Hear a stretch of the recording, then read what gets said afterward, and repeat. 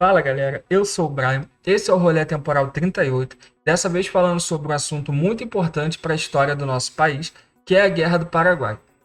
Então vamos aos nossos slides. Então a Guerra do Paraguai foi a maior guerra da América do Sul, que durou de dezembro de 1864 até março de 1870, causando cerca de 450 mil mortes.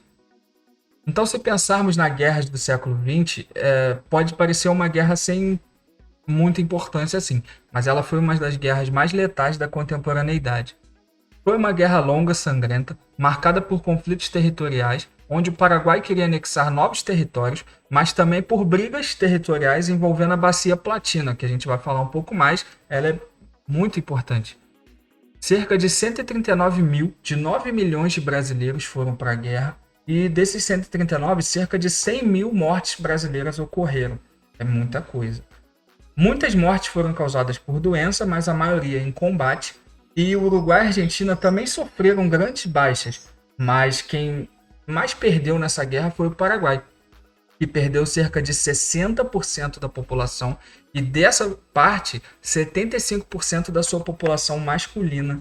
Então a gente consegue entender quanto de prejuízo o Paraguai teve. Até hoje o país não conseguiu se recuperar totalmente desse problema todo. No Brasil é chamada de Guerra do Paraguai, na Argentina e Uruguai é chamada de Guerra da Tríplice Aliança, enquanto no Paraguai ela é chamada de Grande Guerra. Então, dependendo do lugar que a gente estiver, a gente tem um nome diferente para essa guerra.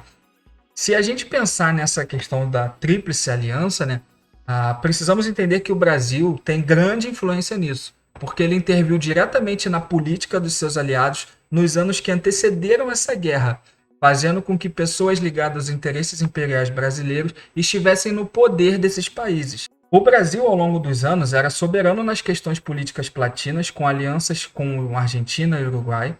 Então, para pensar nessa questão da Tríplice Aliança, nós precisamos entender que o Brasil teve grande influência nisso, porque interviu diretamente na política dos seus aliados nos anos que antecederam essa guerra, fazendo com que pessoas ligadas aos interesses imperiais brasileiros estivessem no poder desses países. Então, ao longo dos anos, o Brasil era soberano nas questões políticas platinas, com aliança com a Argentina e o Uruguai. Na guerra contra a Aguirre, o Uruguai chegou a se aliar com o Paraguai para combater os interesses brasileiros.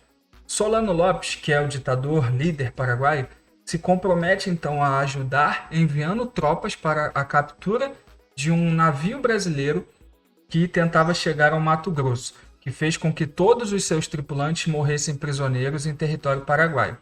Mas quando isso ocorre, o governo brasileiro consegue influenciar para que ocorra uma troca no comando uruguaio, assumindo o opositor de Aguirre, que faz aliança com o Uruguai, e firma então uma aliança com o Brasil. Então, a guerra começa oficialmente em 13 de dezembro, com uma declaração de guerra do Paraguai ao Brasil, mas a verdade é que começa antes com hostilidades mútuas. Uma delas é que em dezembro o Paraguai invade o Mato Grosso com cerca de 8 mil homens, que era maior do que a guarnição brasileira do local, e então o Paraguai ocupa parte dessa província por bastante tempo, até o início de 1868. O Brasil, em resposta, bloqueia o acesso ao mar do Paraguai para enfraquecer sua economia. Então eu quero mostrar para vocês esse mapa, para vocês terem uma noção melhor. O Paraguai, esse país verde aqui bem no meio, vocês estão vendo que ele não tem acesso ao mar por nenhum dos seus lados. O único acesso que o Paraguai consegue ter é pelo rio. Tá vendo? Aqui chegando na Argentina, esse rio que está no nordeste argentino, que desemboca aqui no mar, no Oceano Atlântico. Esse é o Rio da Plata, muito famoso, muito importante para a navegação. Então, a Argentina e o Uruguai, que tem o controle aqui dessa parte que desemboca no oceano, e o Paraguai precisa muito do acesso a esse rio. E o que o Brasil fez foi bloquear o acesso do Paraguai a esse rio para que ele não chegasse no mar, fazendo uma espécie de cerco ao país, porque o país ficava isolado. A gente tem que lembrar que nesse período não era fácil você caminhar por terra. O próprio Brasil, para chegar nessas províncias, ainda eram províncias, no Mato Grosso, por exemplo, o Brasil preferia ir de barco, de navio, pelo Rio da Prata, do que chegar ao Mato Grosso atravessando o Brasil. Era muito pior por terra. Então o Paraguai queria atacar a força principal do exército brasileiro, que estava no Uruguai. Para isso, precisava cruzar o território argentino, que vocês viram aqui no mapa, né, que eu mostrei, e a Argentina então rejeita os pedidos de passagem dos dois lados, declarando neutralidade. Mas, né, o Paraguai avisa a Argentina que ela violou, né, a Argentina violou essa neutralidade ao permitir a passagem de navios brasileiros por suas águas. Então, em março de 1865, o Paraguai declara guerra à Argentina, também, né? E invade o país com cerca de 20 mil homens. Em maio de 1865, né, 2 meses depois, a Argentina e o Uruguai assinam um tratado com o Brasil, formando a Tríplice Aliança. Então, os três entravam em guerra com o Paraguai. Algumas causas do conflito foram a herança de disputas fronteiriças no período colonial e também das guerras de independência. Brasil e Argentina reivindicavam o território uruguaio e também tinham divergências fronteiriças com o Paraguai. Então vocês têm um texto que fala da questão platina aqui do Brasil, vocês podem entender um pouco melhor isso lá nesse texto. A Argentina, por sua vez, também tinha divergências com o Paraguai na questão da independência, né? Porque o Paraguai fazia parte do Vice-Reino do Prata, que também a Argentina fazia parte, e a Argentina gostaria de anexar também o território paraguaio. Então, eram conflitos de todos os lados. A livre navegação na Bacia do Prata era motivo de debate, já que os rios eram partilhados entre os 4 países e muito usados no comércio, né? Como eu já citei antes, o Paraguai precisava desse rio para desembocar no mar. E então, Buenos Aires e Montevidéu dominavam essa entrada do Prata para o mar, e o Paraguai, por depender desse acesso para exportar os seus produtos, não tinha essa saída oceânica. Para a gente ter uma noção melhor, entre 1815 e 1870 ocorreram 6 guerras na Bacia do Prata, mostrando como essa região era alvo de disputa. O conflito ele é dividido em 3 fases. A primeira é a ofensiva paraguaia, e aí o Paraguai não tinha tropas muito bem equipadas, tá? Não era uma tropa profissional. A ofensiva, então, no Mato Grosso e até o Rio Grande do Sul, onde tropas paraguaias também ocuparam algumas províncias argentinas.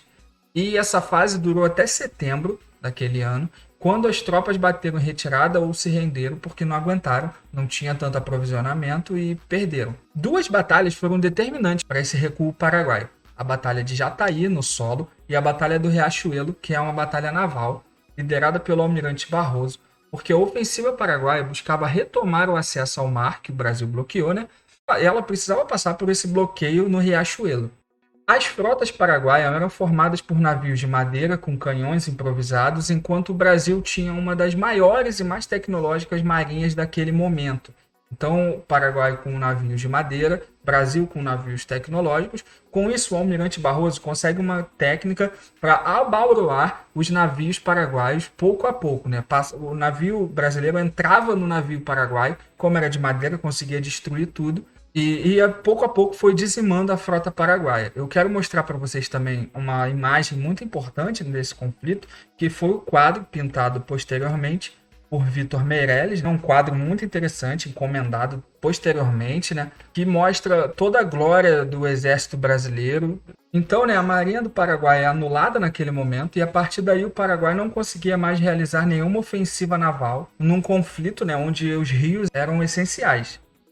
A segunda parte desse conflito durou de 1865 até 1868 e consistiu na invasão do Paraguai, onde aconteceram as maiores batalhas terrestres.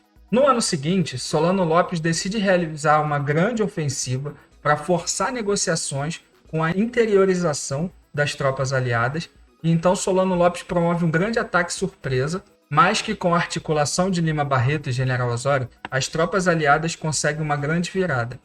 A Batalha de Tuiuti envolveu 60 mil homens e terminou com a vitória aliada, com grande participação da artilharia brasileira.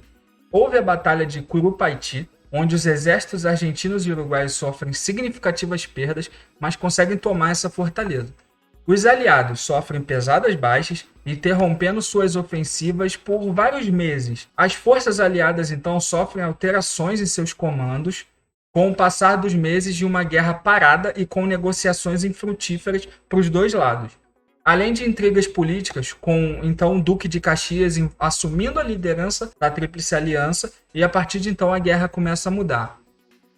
Os Voluntários da Pátria, que inicialmente foi formado para tomar proveito do patriotismo que tinha tomado o Brasil no início da guerra, Reunindo então os voluntários que se alistavam espontaneamente, o governo assegurava vantagens aos voluntários como dinheiro, lotes de terras, liberdade para quem era escravo e assistências a órfãos, viúvas e os mutilados de guerra. Mas com o passar do tempo, a diminuição do entusiasmo popular, o governo imperial então passa a exigir dos presidentes das províncias cotas de voluntários que deveriam recrutar, e aí cada província precisava enviar pelo menos 1% da sua população, mas haviam formas de se escapar disso, porque com doações de recursos, doações de equipamentos, doações de escravos e empregados para lutarem no lugar da pessoa, conseguia escapar dessa obrigatoriedade de alistamento. Então, em agosto de 1867, os aliados fazem uma operação conjunta terrestre e naval, ficou conhecida como a Batalha de Humaitá, onde tomam a principal fortaleza paraguaia.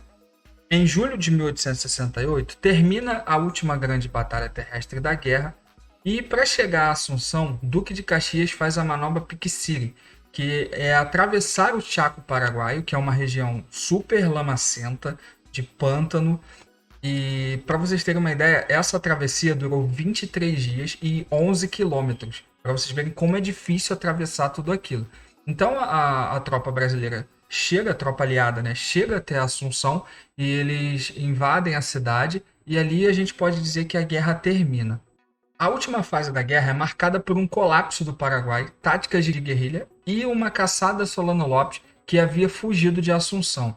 A Argentina e o Uruguai saem da guerra, e as forças brasileiras que sobraram, né, eram comandadas pelo Conde Dan, porque Caxias não via mais sentido na guerra apenas para capturar o derrotado líder paraguaio. As campanhas andinas ocorrem com a presença de crianças paraguaias nas tropas e grandes massacres.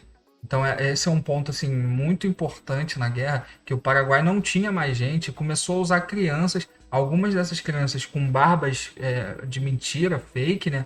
Para que as pessoas, os soldados, achassem que eram homens, e quando os soldados chegavam lá eram crianças. Então teve todo esse massacre, toda essa questão muito triste e muito grave na guerra também. E aí, em 1º de março de 1870, o cabo Chico Diabo mata Solano Lopes com um golpe de lança. E aí, né, esse conflito que gerou impactos profundos em todos os envolvidos, teve o Paraguai perdendo territórios, e ficando com a sua economia devastada, além de uma dívida impagável, era esse nome mesmo, tá? A dívida impagável de guerra, que só foi perdoada quase 100 anos depois pelo Brasil. As Forças Armadas, elas saem politicamente fortalecidas. Prova disso é que o Brasil seria comandado por militares nos anos seguintes, militares esses que conviveram com soldados das repúblicas Argentina e Uruguai, e isso foi gerando muita estabilidade para eles darem o golpe que acabou com a monarquia e instaurou a república aqui no Brasil.